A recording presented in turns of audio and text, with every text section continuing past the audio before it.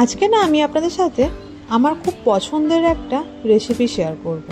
রেসিপিটা নিরামিষ হলেও রেসিপিটা হচ্ছে আমার দিদার অর্থাৎ আমার মায়ের রেসিপিটা আমার খুব কাছের, কারণ আমার দিদার অনেক স্মৃতি এই রেসিপিটার সঙ্গে জড়িয়ে রয়েছে। নমস্কার সকলকে, আমি অর্চিতা। অর্চিমিত রেসিপি মার চ্যানেলে আপনাদের সকলকে স্বাগত জানাই নতুন একটা রেসিপিতে। আশা করি সকলেই খুব ভালো আছে।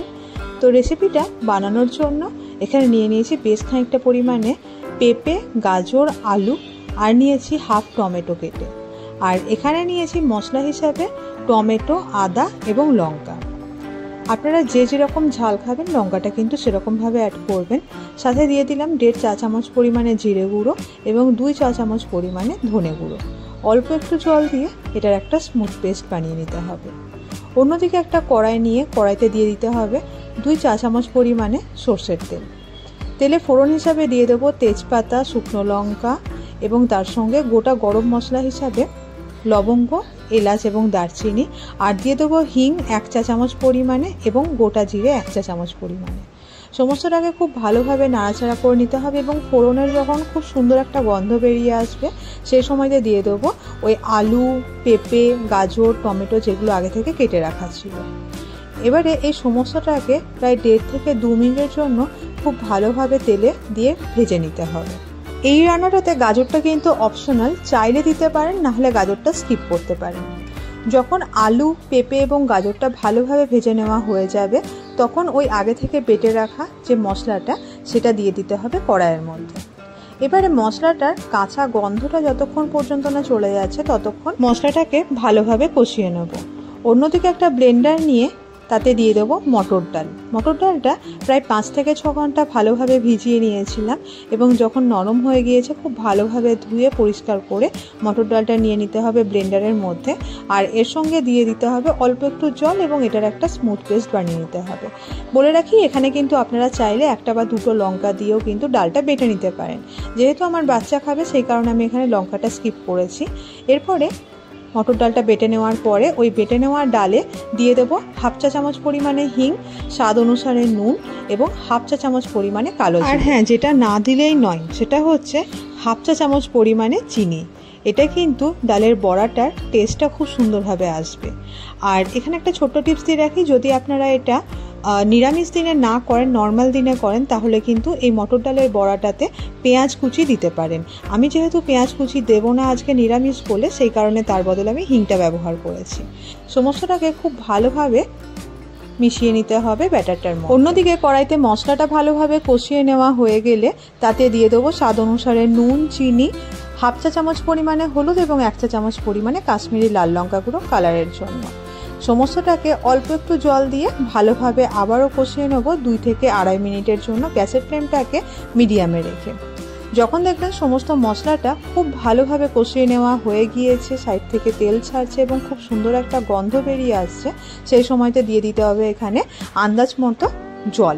আমি এখানে 1.5 কাপ পরিমাণে জল দিয়েছি। এবারে এই আলু এবং পেঁপে ও গাজরটা ভালোভাবে সিদ্ধ হোক, ঢাকা দিয়ে দিয়েছি। 10 থেকে 15 মিনিটের জন্য ঢাকাই থাকবে এবং অন্যদিকে আমি মটর ডালের বড়াগুলো ভেজে নেব।